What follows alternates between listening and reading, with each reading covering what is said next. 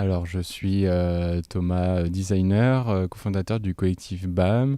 Je suis un peu le geek de la troupe et je m'intéresse un peu comme au sein tout le monde au sein du collectif, mais pas mal sur la notion aussi d'outils et d'objets intermédiaires, c'est-à-dire des objets qui font médiation au sein d'un projet.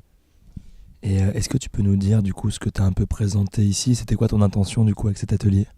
Alors, c'était de montrer un peu comment les designers travaillent et l'importance de la cartographie, de la visualisation en fait de la pensée ou de l'organisation, enfin de l'organisation de sa pensée, que ce soit les écosystèmes, le cheminement d'un projet, etc., toutes les étapes à faire, etc., et l'impact que ça a de dessiner son environnement de travail, puisque quand on dessine son environnement de travail, ça va impliquer en fait de fait une façon de penser aussi. Il y a un genre de boucle un peu comme ça, rétroactive, qui va, euh, qui va changer la façon de voir le projet suivant ce qu'on a affiché autour de soi, etc.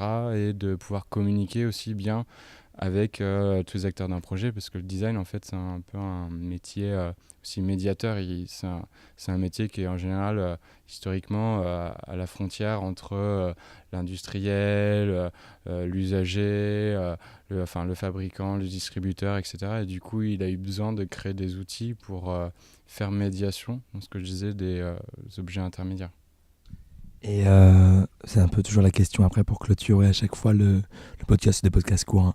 Euh, du coup, ce serait quoi, toi, à ton avis, le premier petit pas qu'il pourrait faire après l'atelier pour conserver ça? Et ce serait quoi la première chose simple que tu conseillerais, toi? Pour après la cartographie, etc.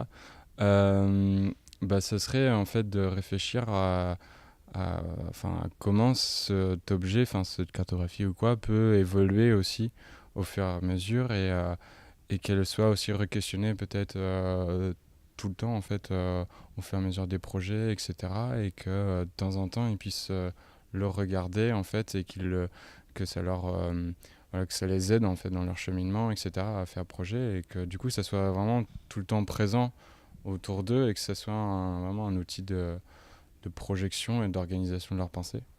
Euh, Après, du coup, ouais, ce qu'ils peuvent faire, c'est aussi mixer aussi peut-être, s'inspirer de d'autres moyens comme j'aurais présenté un peu d'autres références, etc., des livres, etc. C'est peut-être aussi voir, ça peut les inspirer. Ce que je disais à un moment, c'est que en s'inspirant d'autres disciplines, comment on représente des schémas complexes, etc., dans le domaine des jeux vidéo, ou alors on a parlé de la question du voyage, des cartographies de métro. Qu'est-ce que ça veut dire quand on reprend cette notion de cartographie de métro et l'analogie au voyage dans son projet? On parlait de covoiturage par exemple.